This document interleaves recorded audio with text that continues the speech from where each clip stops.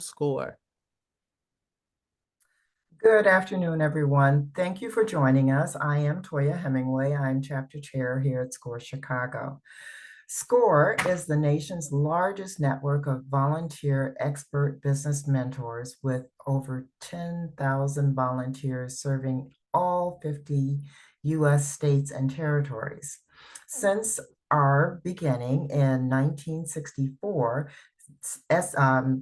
SCORE has been a resource partner for the U.S. Small Business Administration and has helped more than 11 million current and aspiring entrepreneurs start, grow, and successfully exit a business through mentoring, resources, and education. In 2023 alone, SCORE volunteers helped create over 31,000 new businesses and add over 152,000 total jobs to the American economy. If you're interested in receiving services through SCORE, visit score.org. Now, I'd like to introduce Teresa Gaddis. Teresa is a seasoned marketer with over 30 years of experience spanning an array of consumer and B2B industries and brands. Teresa has worked on high-profile accounts such as Intel, Whirlpool, SC Johnson, and more, among top advertising and media companies such as Publicis, OMD, ID Media, and agencies under Group M. Teresa started her business, TG CoLab, because she saw a need to help small businesses. She wants to provide small businesses with a leg up in promoting their products or services, giving them the opportunity to have a true marketing strategy that can have long-term brand stability in the same way as big marketers. Teresa says, I really love what I do. Thank you so much for presenting today, and I'll turn it over to you. As always, it starts with the panelists on mute. Thank you for the wonderful introduction, Toya. I'm going to just jump right in and share my screen.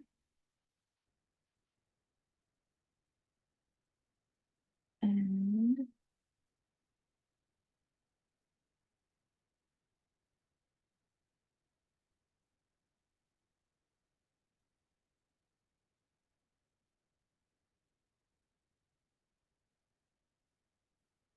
so what we're going to talk about today are the marketing fundamentals for successful e-commerce and social media that drives business results.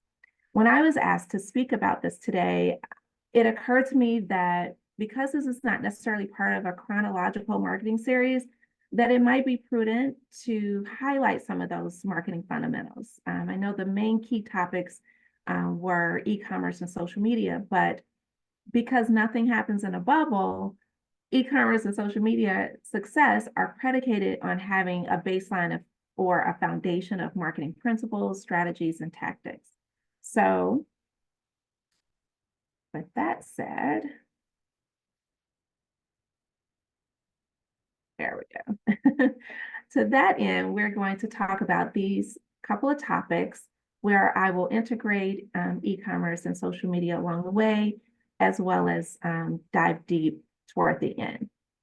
So the main thing is plan development and implementation. So I'm going to ask us a question before we get into the agenda. What is the most important thing about marketing your business? And I'll give a few seconds for you to type your answers in the chat.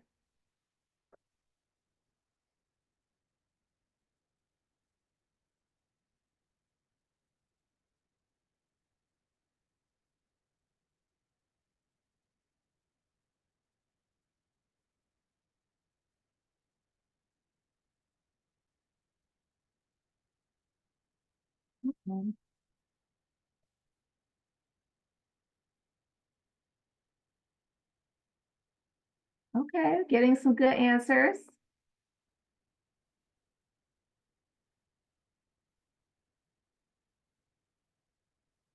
Really good stuff, really important things.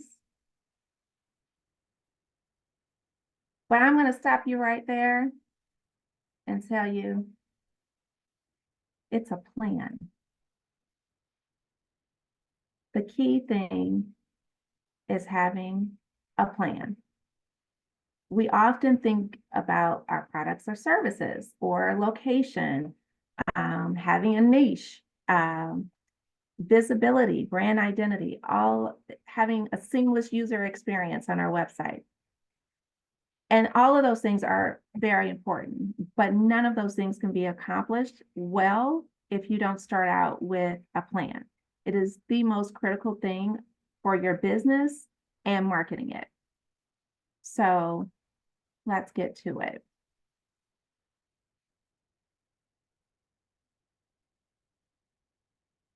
There are 4 key areas when you are thinking about your marketing plan and how you want to develop it. So the first one is brand strategy. The second is target audience. The next one is communications. And the last is media selection. And in that order, because I like to fashion it, I like to think about it as sort of a relationship, right? But before you can get into a relationship, you got to know who you are. And that's where the brand strategy, that's why you start with the brand strategy, because it's really helps you dig into deep into knowing who you are as a business and as a brand. Then you want to get to know, what's the field look like? Who's out there? Who is your target audience? Who are those people that are interested in what you have to offer?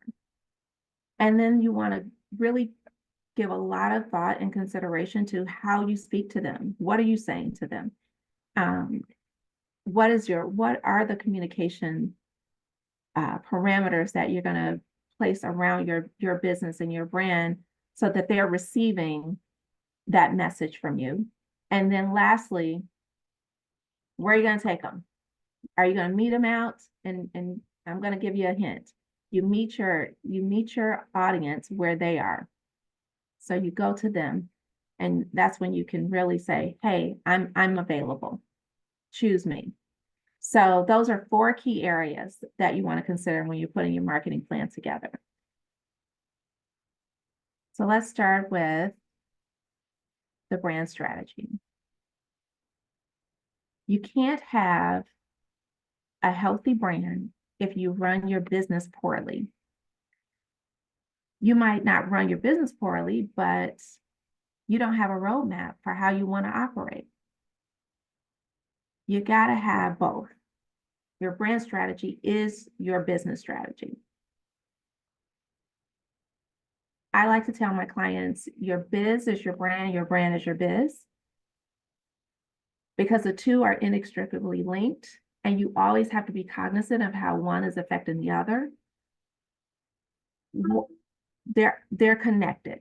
So at this stage, you want to start thinking about defining those goals, both your growth goals and your brand goals, because remember, they go together.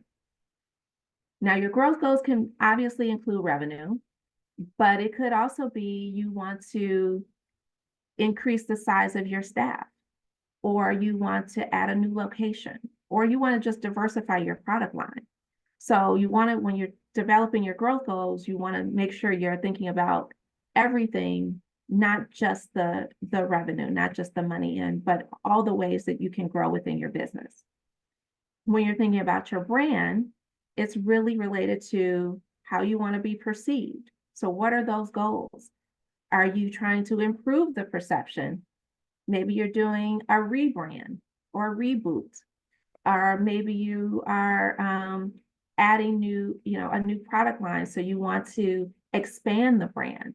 So think about those are your brand goals, and those two things need to work together with your and that needs to work together with your growth goals, whatever. So they should be aligned.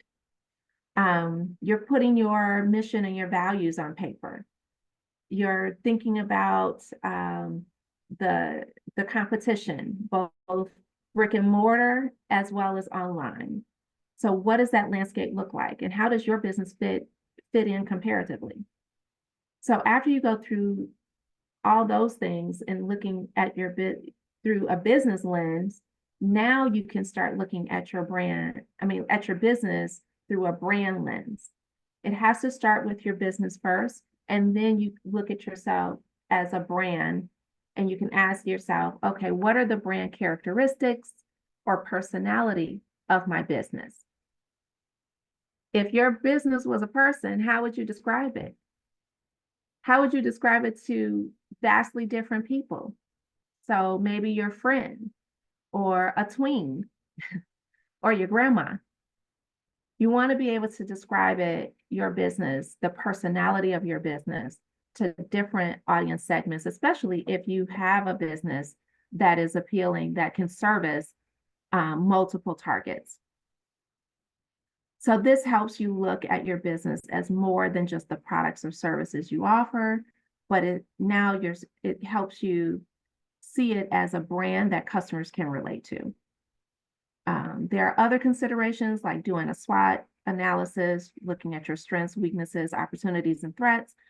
But these are just some key things to help give you a baseline, to help you see how these primary elements feed off each other and how they can provide direction as it relates to how you develop the user experience on your website for your existing and prospective customers.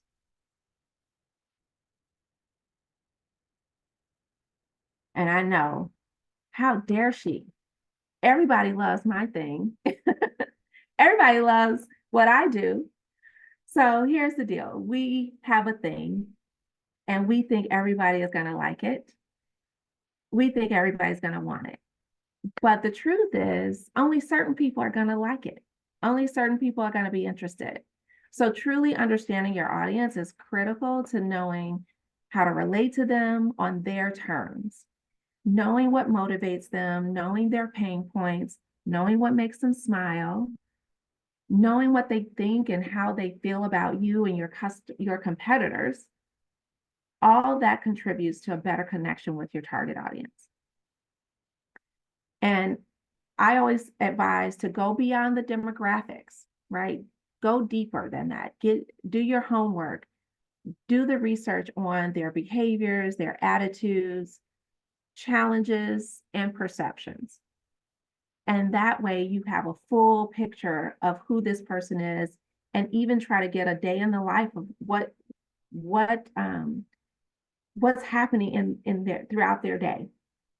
You know, if your target audience is generally speaking moms, you should know everything from getting up in the morning, getting kids out the door, walking the dog, stopping, dropping the kids off at the bus or school. Like, you should be able to identify the day in the life of your target audience.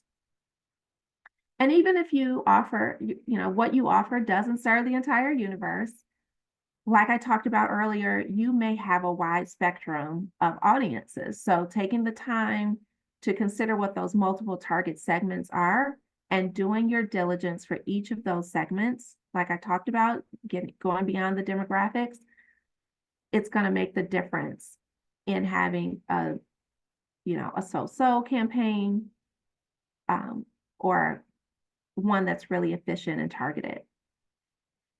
Because it's really important when you launch your social media, the more targeting parameters that you have makes it a much more efficient plan, and then a higher likelihood of getting the desired response.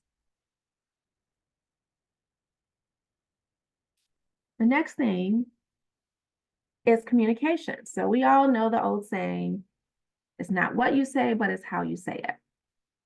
And that's true, but it's also in communication planning, it's understanding the right language. So when you're planning out your communications, you want to have the right tone, you want to say the right words, you want to have the right tone, but you also want to speak the right language, because you want to speak in the language of your audience and not just yours, right? We know our stuff, we know our thing. And so we can have a tendency as a small business to have tunnel vision and we just want the customer to hear everything we have to say. But consumer behavior has drastically changed over the years, and essentially we're on their time and their dime, and they have so much more control than ever over the messages they want to receive. So that's why all that target audience research I just talked about is so important, because it helps you develop the right message that your audience wants to hear from you, and potentially at the right time, because if you're learning the day in the life, you know when the right time to hit them with the right message. Um, this is also where you are developing your communication objectives. So what does that mean? It's like, what do you want your consumers to really hear from you? Sometimes we can say something, but it's not actually what's getting received. So you want to make sure you're taking the time to understand what your consumers truly want to hear from you. What's your core message? Do you have supporting messages? Have you thought about content categories? And content categories is not just broad buckets. For example, if I'm a bakery, you might think, oh, your content categories are going to be cakes, pies, cookies. But really, my content category should be organic ingredients, seamless delivery. So that, of course, cakes, pies, and cookies are going to be shown in my photography, and it's gonna be a part of the text, but I'm putting that emphasis on the things that I really want my consumer to focus on, and start developing the perception that I want them to have about my bakery. I use organic ingredients. And then look at this beautiful picture, this beautiful image of these pies, cakes, and cookies. You could just imagine trying to get your audience to think about your business in a certain way, but also get them to feel a certain way about it as well. So communications is not just about what you say, but it's about having a certain level of control over how you want your customer to feel, especially a new customer. I recommend creating a content calendar, put yourself on a schedule, leverage those AI tools that all the platforms have now, so that for content development, and you can do automatic posting. That way you free yourself up, and you're not disrupting any business activity for social media activity. And when you do all this thinking and planning ahead of time, it saves you time. And when you're ready to launch your plan, your social media plan, you're able to just put it out. And I won't say set it and forget it, but at least you've done a lot of the heavy lifting up front.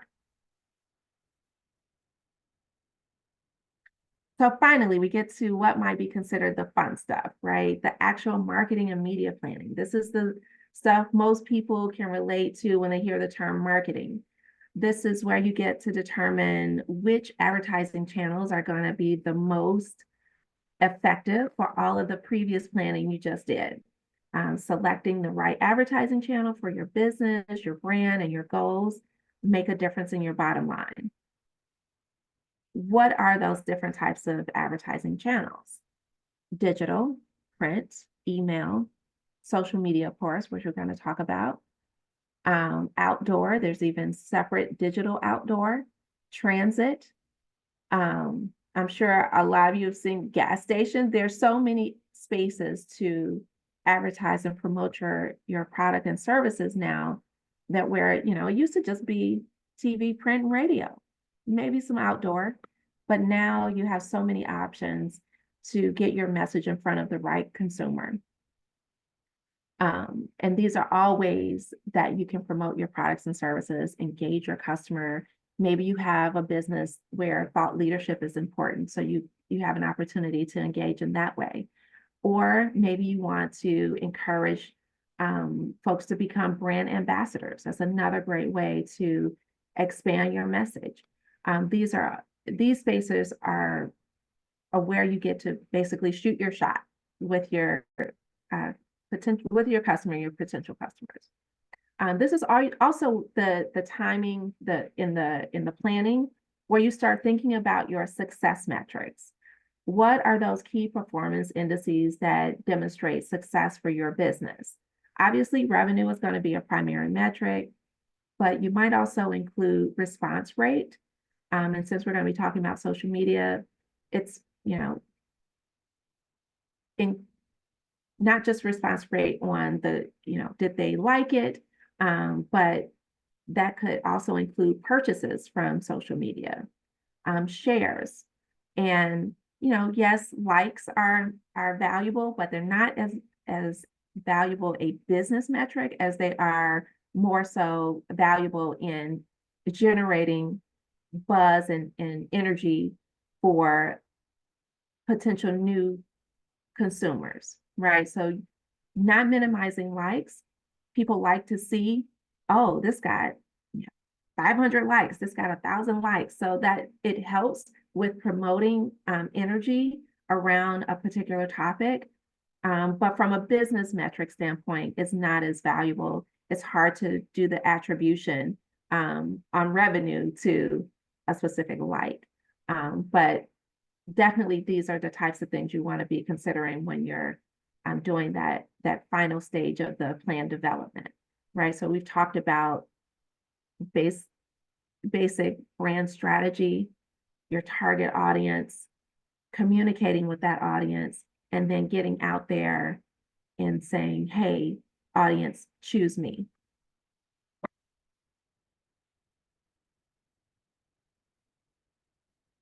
So now we'll get into implementation.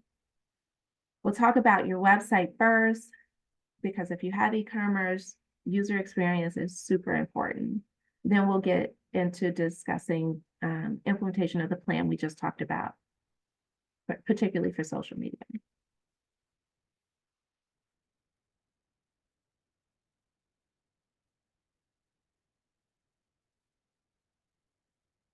So it takes less than a second for users to form an opinion about your website. And most of them will stop engaging with and not return if the site is unattractive, has an unattractive layout or a difficult layout, or if they have a poor experience, like slow loading. Users expect a 2-second or shorter load time, and that's whether it's on desktop or mobile. Equally as important as the layout and design is your content. So, I like to tell my teams, presentation gets you in the door, but you got to have the knowledge to back you up once you're there. So your content is the thing that backs you up on the look, right? So users will spend about 6 seconds reading about what your business is and what you have to offer. But going back to the layout, if the layout of the content is not displayed well, they will drop off, and you won't even get that opportunity to tell them all the wonderful things about your business. So you want to create a simple, clean, modern layout, do a little mix of movement, not too much. You don't need everything to move, you don't need everything to fly in, but a little video, because if it's too busy, they'll drop off. But you don't want it to be static, because then they think, oh, this is it's new, or they're inexperienced. They haven't been around a long time. So people make judgment calls right off. So just have a nice balanced mix of movement. And then you get to really showcase your brand style that we talked about earlier. Then you want to develop content for every stage of the decision-making process. What you don't want to do is assume that everybody's ready to buy when they come to your site. Someone, that just found you on Google may be interested. You've got a great layout, you've got some good content, but they just happen to find you, or maybe they happen to, that you happen to be a great thumb stopper when they were scrolling through social media. Let's not make the assumption that they're ready to buy at that moment, but just be ready, right? So if you having content for every stage in the decision-making process, they'll come back. right? Some people will ping you, bookmark you. Some people will, screenshot it to keep it and come back later. So you always just want to be ready for when they make that decision.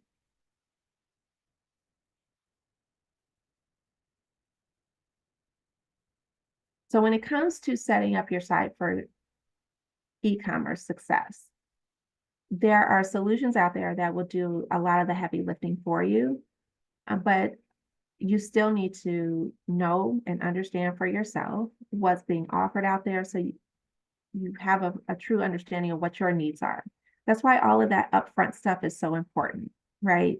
Really digging into who you are as a business, defining your goals, defining your brand, all that stuff is so important. So when you get to implementation stages, you already have a good sense of what it is you want and what your requirements are. You can come into the conversation saying, this is what I need for my site.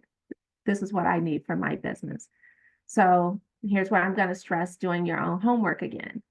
It's really important when you do your own research, you can make decisions that lead to a site that grows and evolves with your business as you grow and evolve. So these are some steps that will help you. So let's talk through them.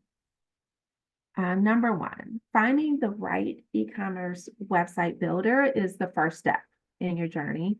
It's super important to have one that can meet those needs, like I just talked about, of your products and your brand, right? Because we talk about the biz and the brand, the growth and the brand, they go together. So you need a website that can accommodate your products, because that's your business part, that's going to make you the money, but also your brand. That's the perception that you want your consumers to have. Things to consider when you're choosing an e-commerce solution. First, website performance. So when I think about that, I'm thinking about, can it accommodate any type of customer customization? Are there ways for me to really make this a personal experience for my customer? Traffic capacity. Okay, you're no longer Small Business USA. You've blown up, right? Everybody wants your pies, and you decide you're going to do a flash sale at 3 o'clock on Wednesday afternoon. Everybody rushes to your site and it crashes. On one hand, that's great content, right? You could say, you guys love my pie so much, you crashed the site. On the other hand, it's lost sales. So you want to make sure you're picking a website builder that can accommodate massive traffic when you blow up. Again, going back to selecting a platform that can grow and evolve as your business grows and evolves. The next thing is mobile optimization.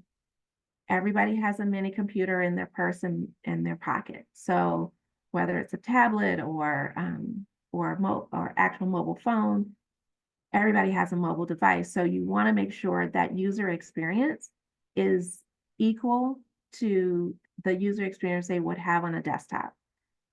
You want to make sure that there are no glitches. They're getting the same kind of content. That's most likely how you will get spread around to other people. When they share, they're probably going to share it through their phone. So you want to make sure that mobile experience is optimized. And lastly, when you're looking at an e-commerce website builder, secure payments and data. This is probably one of the most important pieces of this consideration set, because I'm sure a lot of us have experienced this. We've gotten that email. And from a business establishment that says you may have been included in a cybersecurity breach. That stinks. And especially for a small business, it can make or break your success. So you want to make sure you're choosing a platform that has secure payments and secure data. so that when consumers come to your site, they feel comfortable giving up their information. Moving on to number 2. So if you already have a domain name, it's pretty easy to transfer that to your online store builder or e-commerce store builder. I'm using those interchangeably. So that's an easy peasy thing. If you don't have a domain name yet, there's a couple of best practices that you want to consider. Try to avoid being cute, right? Try to avoid creative spelling. And, think the shorter the better. Now, there's a caveat to that last one, because if it's catchy and people remember it, then it's fine, right? I'm thinking of purpleflowers.com. It's pretty long in terms of characters, but it's easy to remember. And that's really the key when you're selecting a domain name. You want something that's easy to remember and that people will relate to pretty easily without having to go to Google. Nothing wrong with Google. You want to, make sure your site is search engine optimized, but you also want to know that people can come to you directly because they know you, right? So those are just a couple of things to keep in mind with your domain name.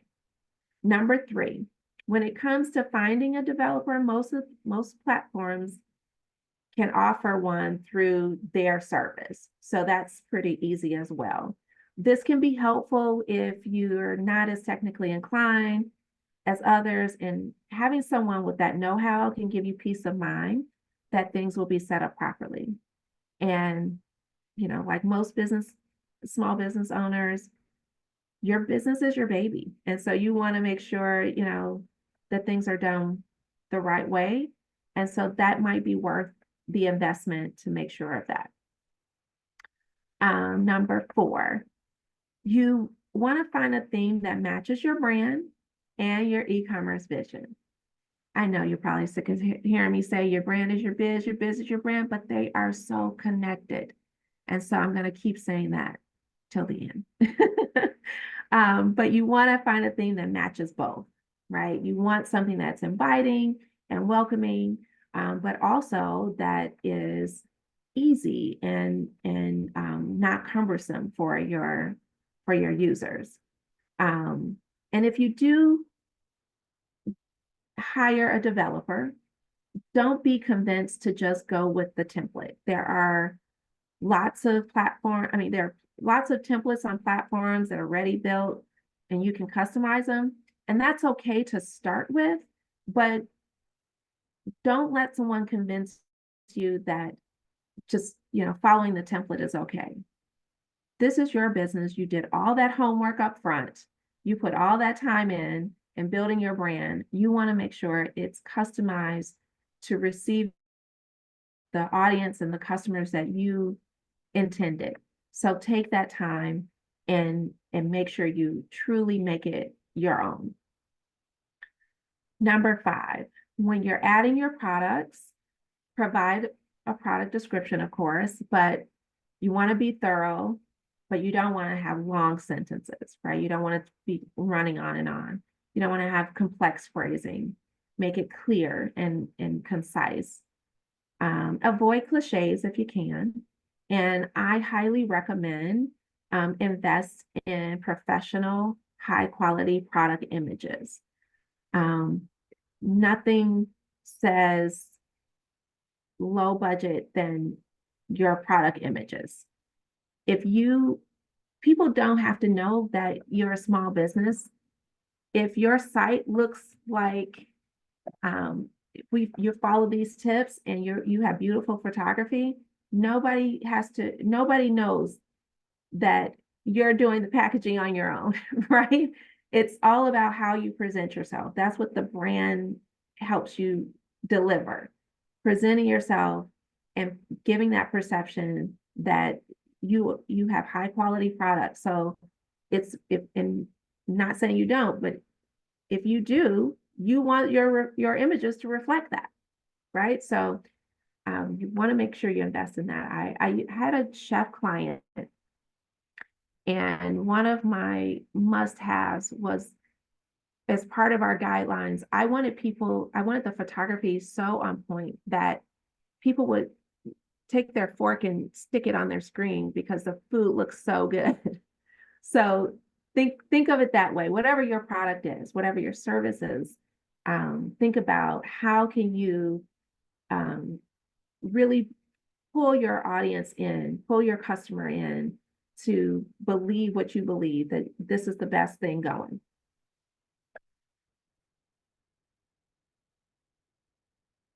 Number 6, the right payment method is essential for closing the sale.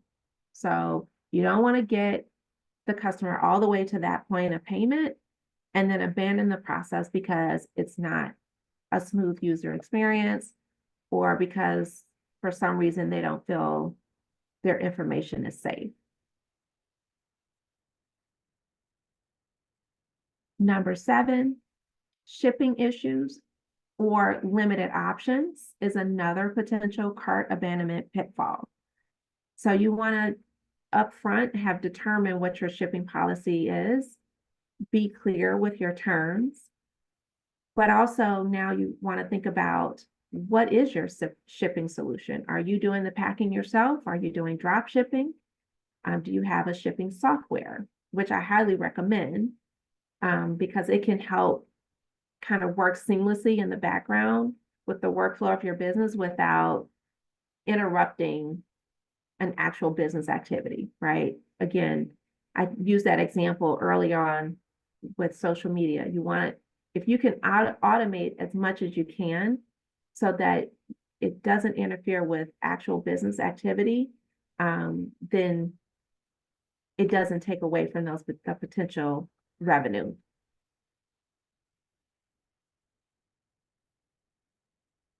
And so now you're thinking, I'm ready to publish, right? Almost. You want to preview it, you want to proof it, you want to test all the functionality, and then you want to do it again. And then you want to do it again. And then you want to do it one more time. And then you want someone outside of the process. So maybe you've been working side by side with a graphic designer or the developer, or you've just been doing it yourself. Your brain is going to fill in the gaps of any missing pieces. So now you can pull someone, maybe a family member or a friend who you trust, to have that, be that extra set of eyes outside of yourself and the people that you've been working with, to do that last final review for you, where they can pick up things that you might not pick up because your brain's filling in the gaps for you. And then now you're ready to publish. And then you still might find a little bitty thing after you publish, but that's easy to fix.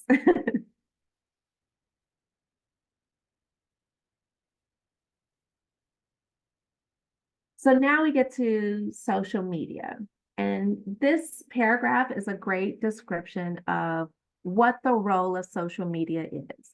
Now, it's going to vary from business to business. Like the role for your social media might be just to, if I'm going back to my bakery example, just to showcase the pie of the day.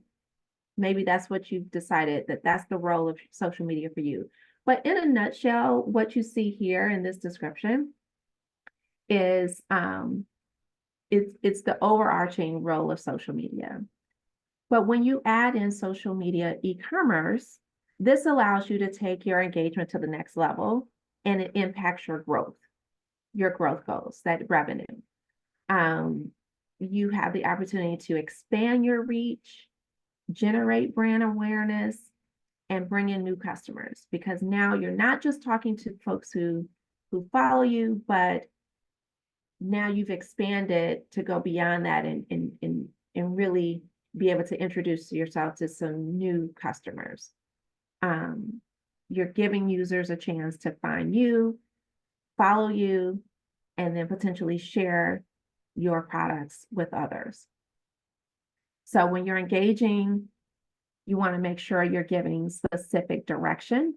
You always want to have a call to action. Again, I'm going back to the business side of it, right? Social media for us personally is a way to, catch up with friends and see what's going on in their lives and all and that. But from a business perspective, this is an opportunity for us to engage with actual customers.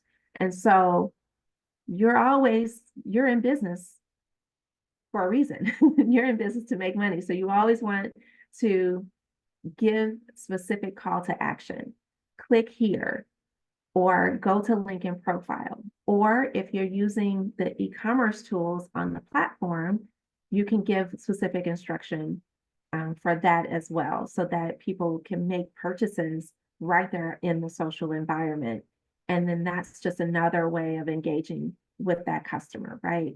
They may go through, checking out that product and get all, the price, and they may not actually purchase at that moment, but now they know something about you, right? They know that you have this tool available. They'll come back. They'll come back. And this gives you another opportunity to sort of retarget them, remessage them, and they'll come back and then they'll make that, eventually make that purchase. The thing about social e-commerce, it is the perfect marriage of the brand and the biz, right? Because you are projecting your business socially, obviously, and you're projecting the perception of your brand that you want your customers to have. So there's that. And there's the engagement piece too, right? That's all on the brand side. And then there's the business side where you have the opportunity to actually make money within the platform, and tie that back to your sales. So you always want to make sure you're interacting with your comments, because that keeps your audiences engaged. And so they'll be able to just really connect with your business.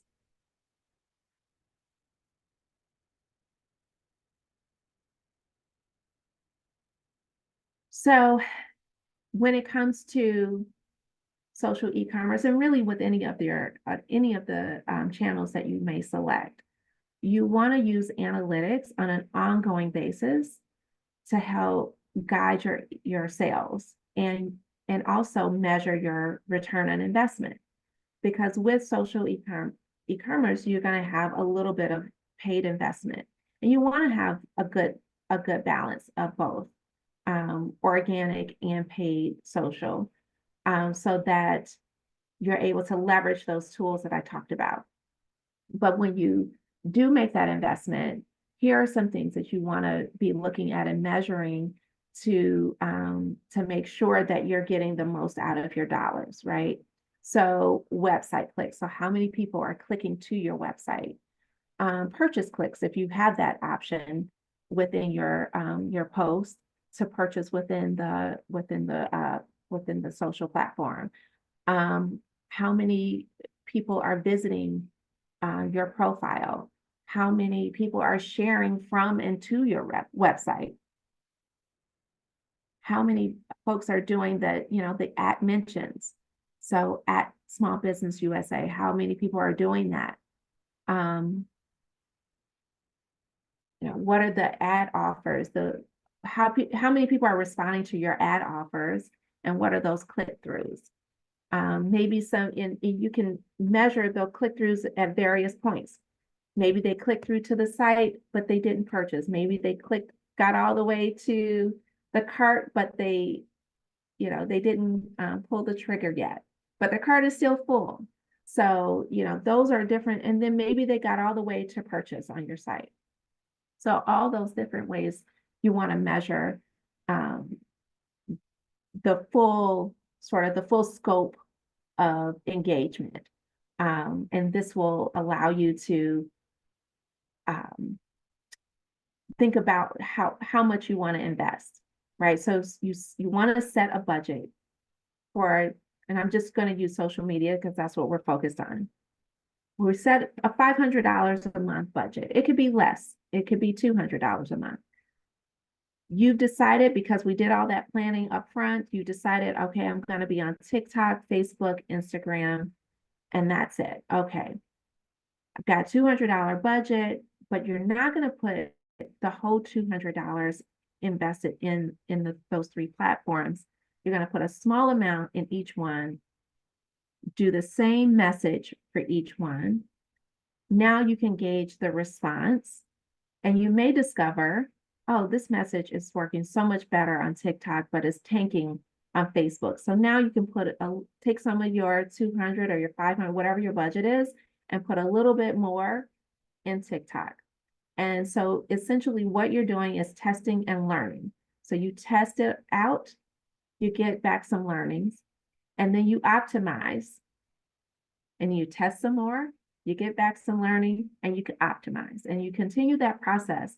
And eventually you'll be running like a well-oiled machine, because you'll know what messaging is resonating with what audience and what time, even, because those are also other analytics that you can retrieve from these platforms. You can identify the best time that you're reaching people, the best time that people are responding to you. So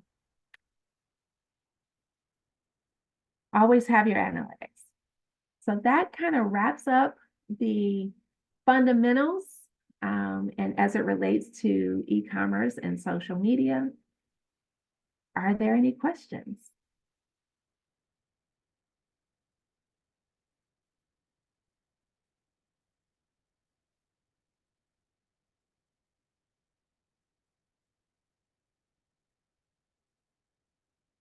No questions? Yeah, we have some. I'm looking in the Q&A box. No, that's just a suggestion. Hold on. I'm just trying to go all the way back to the top.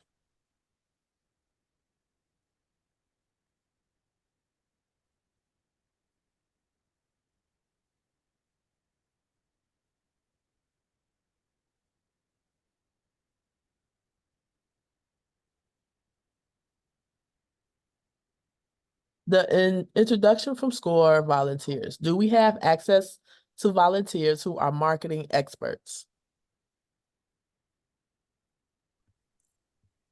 Sorry, yes, you do. There are marketing experts throughout the country, as well as in the Chicagoland area. How often should somebody post on social media? That's a great question. So I recommend when you're just starting out, and this is gonna sound like, ooh, that woman's crazy. I recommend 4 to 5 times a week, and potentially a minimum twice per day. And that's because when you're just starting out, you need to ramp up. You need to get in the algorithm. You need to get out there, especially because likely you're starting out with organic. Now, if you're going to start out with a mix of organic and paid, then I would say still 4 to 5 times a week, but maybe just once a day.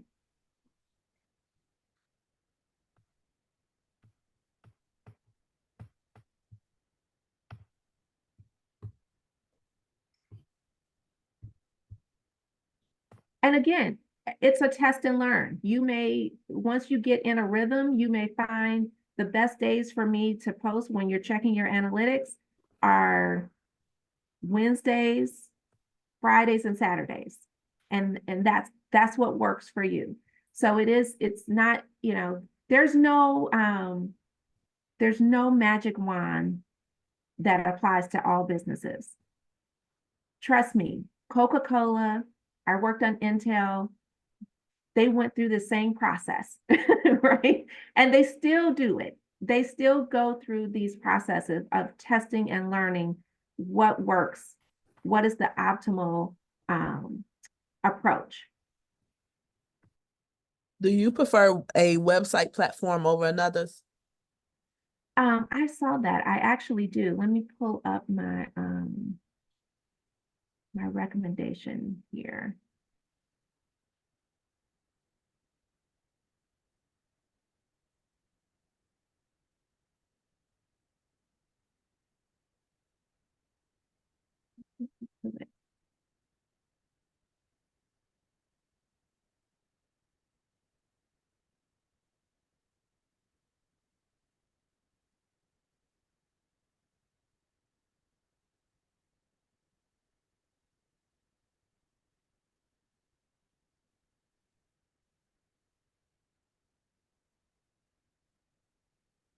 Okay. I'm trying to find where there were a few. Here we go. So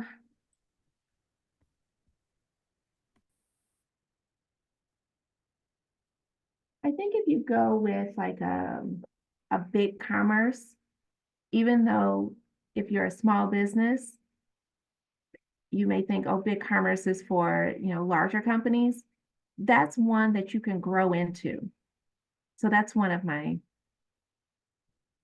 I like.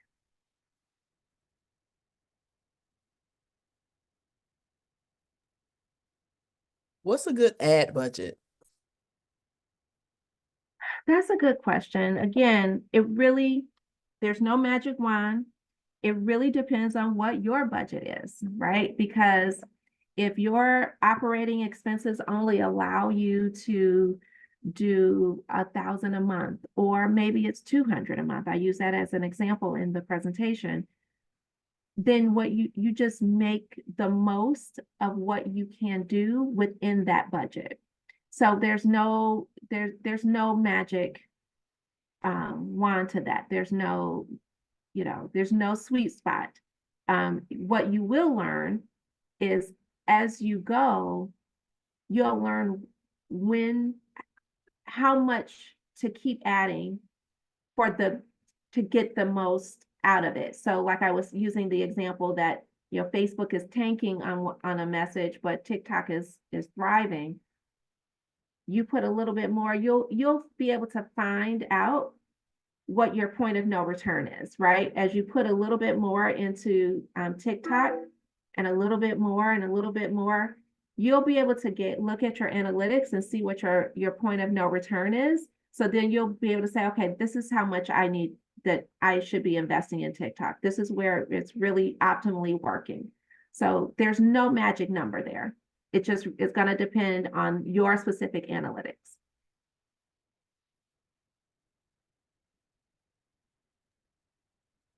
How much should a website cost? Oh, wow. So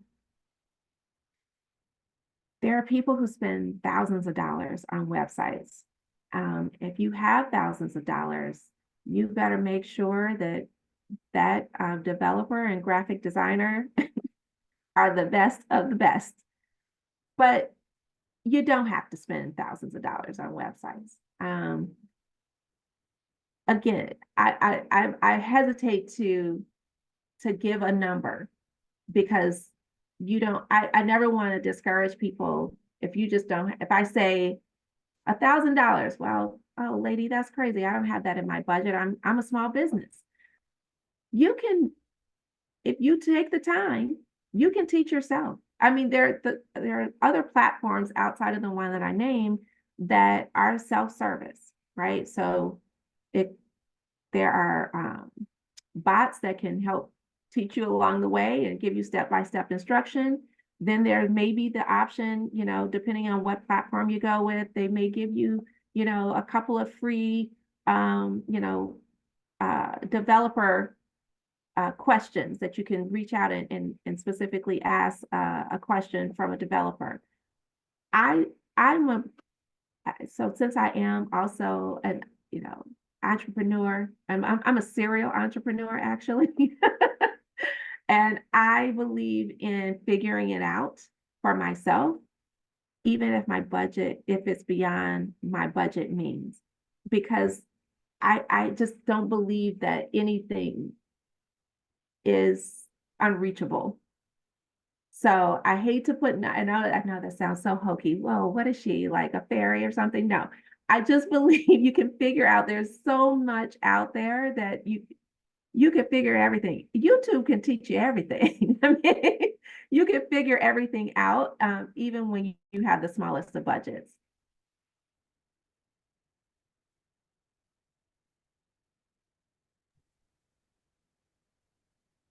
Any other questions? When using a sponsor site like Shutterstock, how can you differentiate yourself? Give me the question again. When using, I'm in a Q&A box. When you Okay, I see. sponsored site. Mhm. And this says shuttle. Is this really Shutterstock? That's what it says, Shutterstock. But did you, Carol, did you mean Shutter? Let's see if she responds on the other side.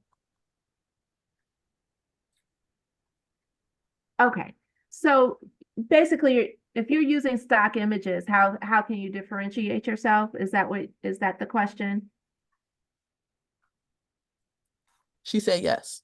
Okay, so you can do, depending on what the rights are. Yes, okay.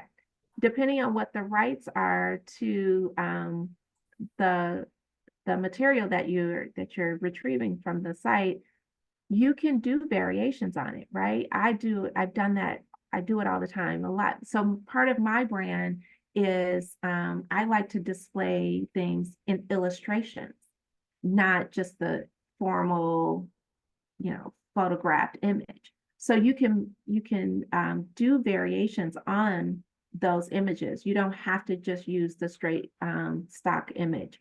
You can put if you're Adobe educated, or you can learn everything on YouTube. Teach yourself Adobe and put some different overlays on it to give it a different. Ah, I see what you're saying. Okay, gotcha. I see. I thought you were asking about. Okay, I see what you're saying. How can you differentiate yourself? Ah, okay, that's a tough one because this is not about your website. Well, I would say, what is do you have a signature angle or a signature where somebody can identify and say, that's a Carol photo right there, right? So figure out what can be your signature. That's the way I would figure that out, whether it's an angle or it's a subject matter, or it's figure out what can be your signature so that people can say, oh yeah, that's a Carol image right there. That's how I would do that.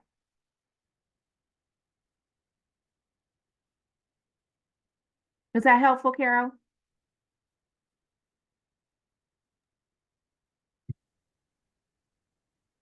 She said yes. Awesome. Do you know someone who makes website and can you connect Yahoo Google?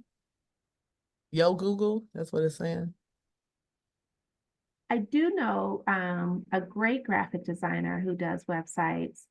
Actually, I know a couple. I wouldn't mind sharing that back with the team. So I assume there's going to be outreach from this, and I can pass that along so that can be shared out.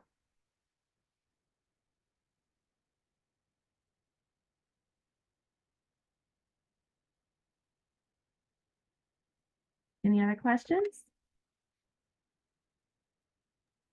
What's a typical timeline for creating a planned strategy, and how long should it take to create? I love that question because I am such a homework nerd, as you guys probably guessed. I believe in putting the work in up front so that when you get to the implementation stages, you're going to already have hiccups. So you don't need the planning hiccups to get in the way.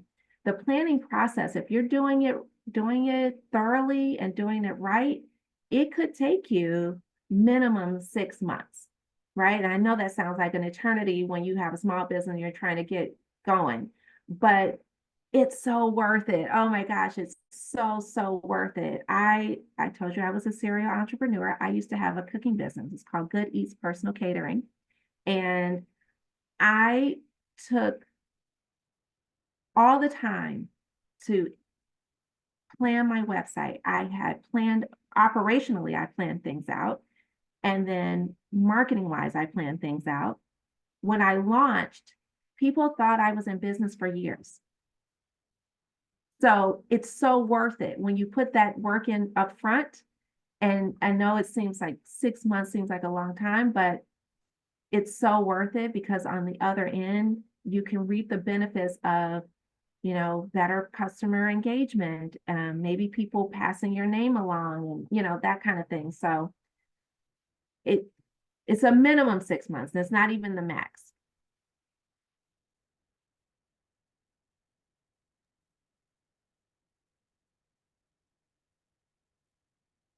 Anything else? Where can you get help to start a business out for a person with disability and no income? That sounds like a Toya question. Sorry, I agree. I would start with talking to, well, first, if they've actually got the business plan in place, then they can work with their mentor on developing that. If they don't have a business plan in place, I would recommend having that person and their coach chat about what the plan is, how the business is going to be developed, etc.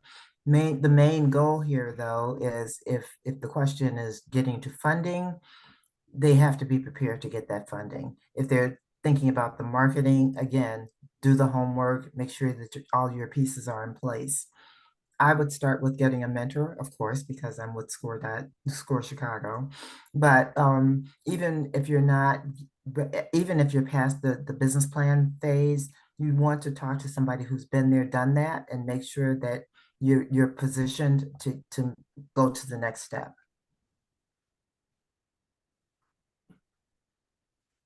Which social media platforms do you think are most effective?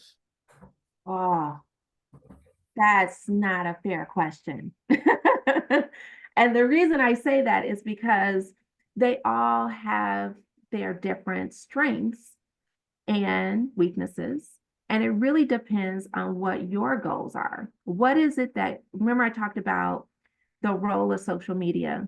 Well, I shared a general role, but your role for social media may be, different based on your business. I'll give as an example.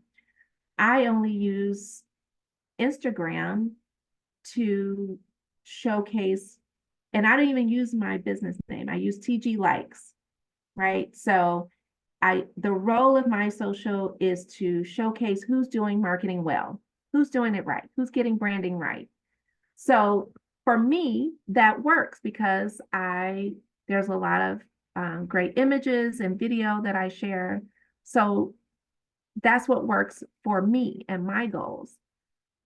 It may not be the same for, I use the bakery as an example for the bakery, right? It may be that, TikTok is better for the bakery because they can get some behind the scenes clips and, and do some fun things with inside the bakery. So I hesitate to put to measure that because it really does depend on your specific goals and what role you want social media to play within those goals.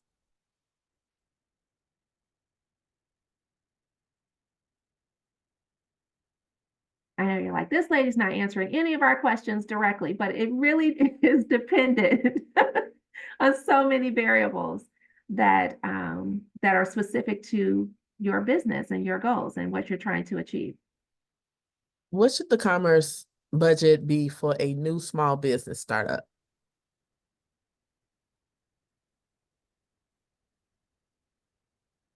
What should the commerce budget be? Mm-hmm. So, I mean, I don't know that I understand that question. So you're in business and you're asking, what should your business budget be? Is that what I'm hearing? Let me scroll down. What's her name? Let me see. Wait, oh, she had another question.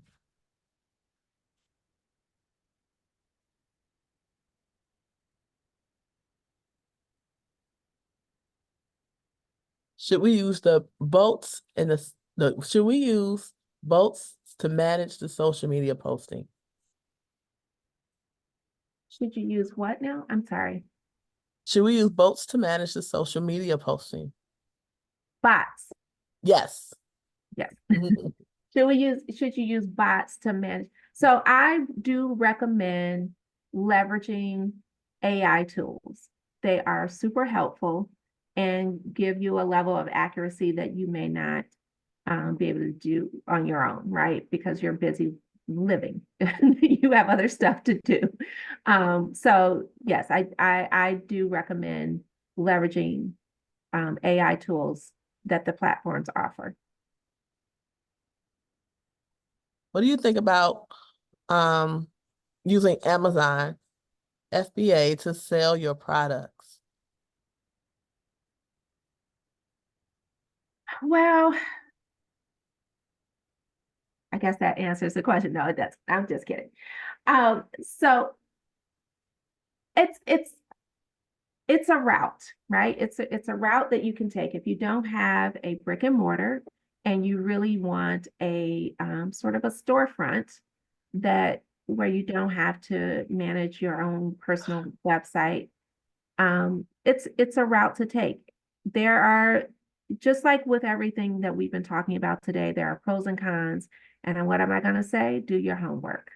Do your own homework, weigh your pros and cons, weigh out, is this the best?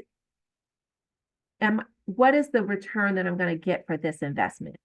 Am I really going to generate the sales in order to really make a profit? Is this return going to be worth it?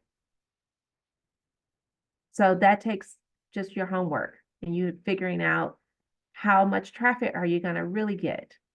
What are, how are people going to find your storefront?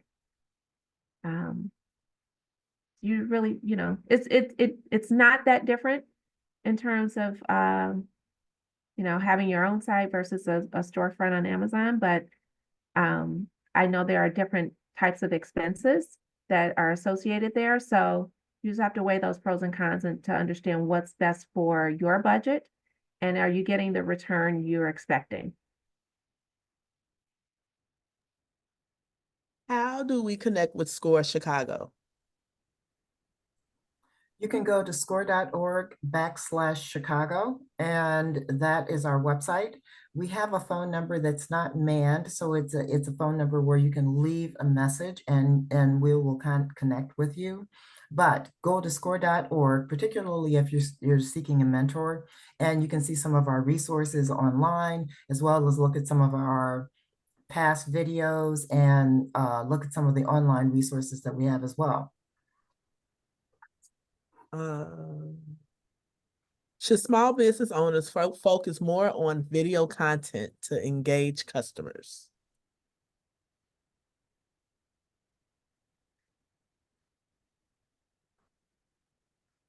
So I'm going to say yes and no. Video content it's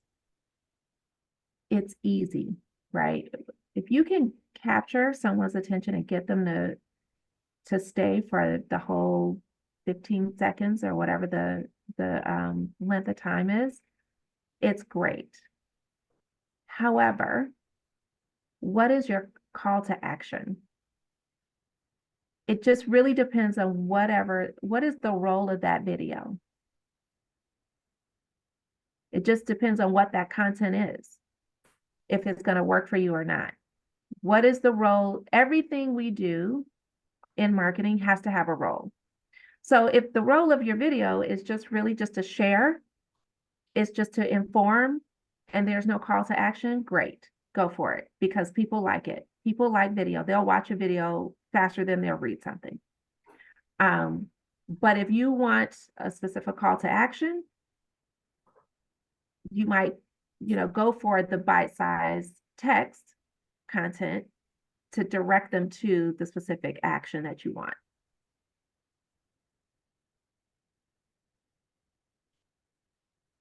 Again, it all depends. Okay. Can you separate the social media by age or buying power? Buying power, I don't know that the platforms are that savvy. Now if when you get the big bucks, because I'm confident all of us will, and you can hire an ad agency, there are services that your marketing partners can solicit to find out buying power. But I'm not sure that the social media platforms are that savvy just yet. You can separate by age.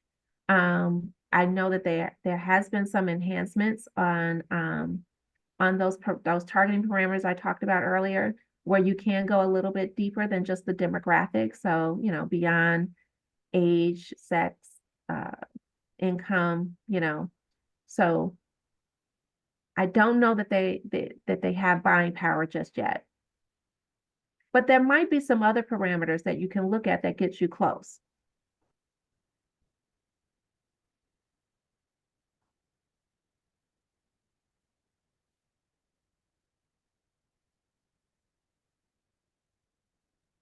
What website to create website design or graphic designer do you recommend? And what programs or apps do you recommend? I'm sorry, one more time. What website to create web design or graphic designer do you recommend? And what programs or apps do you recommend? So I have a couple of graphic designers that I work with. So the name of my company is TG Collab, and the collab part is that I work with collaborating partners. And so there are graphic designers that I work with. There are specific social media partners that I work with, and so forth. And so I don't know of a website that I would recommend for graphic design, or an app per se, where it's kind of like a self-serve thing. But I can, like I said earlier, I can share my collaborating partners that I've worked with in the past, that, I would highly recommend them. They've worked with me on small and mid-sized businesses.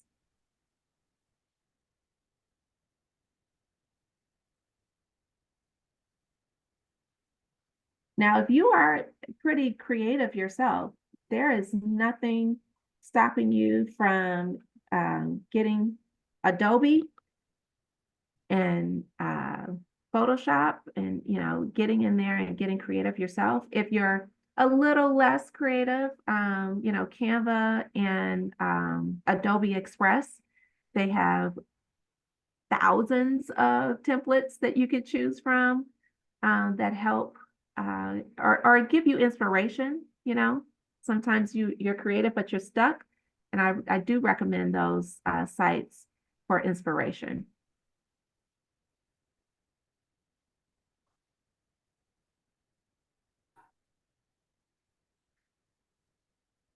I think we have a few more questions, which is perfect.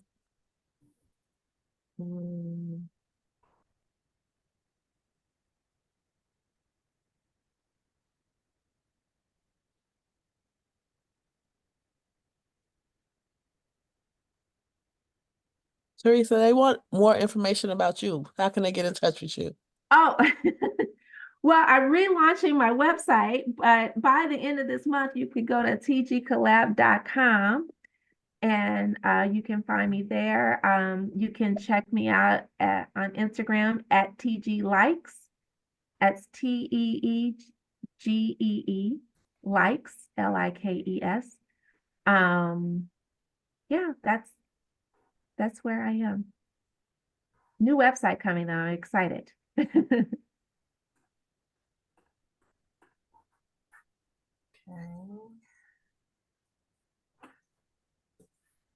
Just making sure we didn't miss any questions.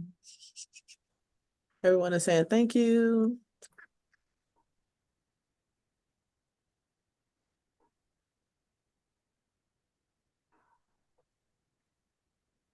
What are your thoughts on Google Ads? So we didn't get into SEO and SEM, right? Search engine optimization and search engine marketing. But for me, if you have a small budget, that's where your money should go first. Because you want to try to attract the hand raisers who are seeking that, whatever your product is. I'll go back to my bakery example. You're looking for bakeries in near me, you can't miss, right? Those are already hand raisers who are looking for pies, cakes, cookies. And so having that ad there, it gives you an edge. So smaller budgets, if I was to prioritize the channels, I would definitely say search, paid search, then social media.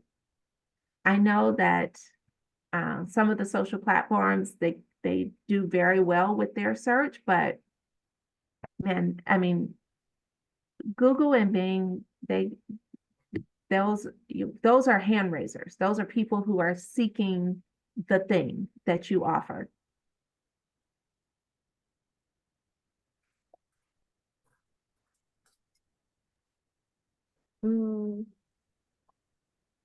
Again, they're saying thank you. It says I have some new ones at the bottom. Yep, just a lot of thank yous. Awesome. Well, thank for sharing you. this I information. hope this was helpful for everyone, and please don't hesitate to ask additional questions. I'm happy to follow up. And I'll be sure to pass along the graphic designers that I mentioned earlier. Okay. And this is Toya again. And for all those people that were asking for contact information for Teresa, we will be sharing that in the follow-up information that will be going out. So you will get the slides and the recording. I think the recording is available via YouTube, correct, Stella? Yes. Okay. Well, you'll have access to the recording, and you will get the slides. So the follow-up information will be available to you. And again, for all those people that were asking about access to SCORE or SCORE mentors, please go to score.org/Chicago to request a mentor or to volunteer. And for those people that were asking about funding and ways to fund individual projects that you guys are working on, there's a wealth of resources, including BACP, the City of Chicago, and also online, if you look up some of the many organizations that do micro lending for small businesses in Chicago, you'll find there's a wealth of resources available to you. And I would highly recommend that you reach out.